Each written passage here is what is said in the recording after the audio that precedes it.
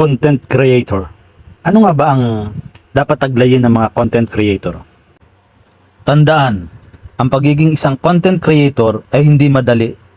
Ngunit kapag pinagsikapan mong magbigay ng inspirasyon sa iba, malaki ang magiging epekto mo sa mundo ng online na komunidad.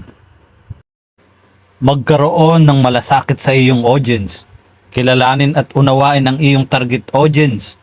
Alamin ang kanilang mga pangangailangan at interes upang makapag-produce ka ng mga nilalaman na makakaepekto sa kanila ng positibo.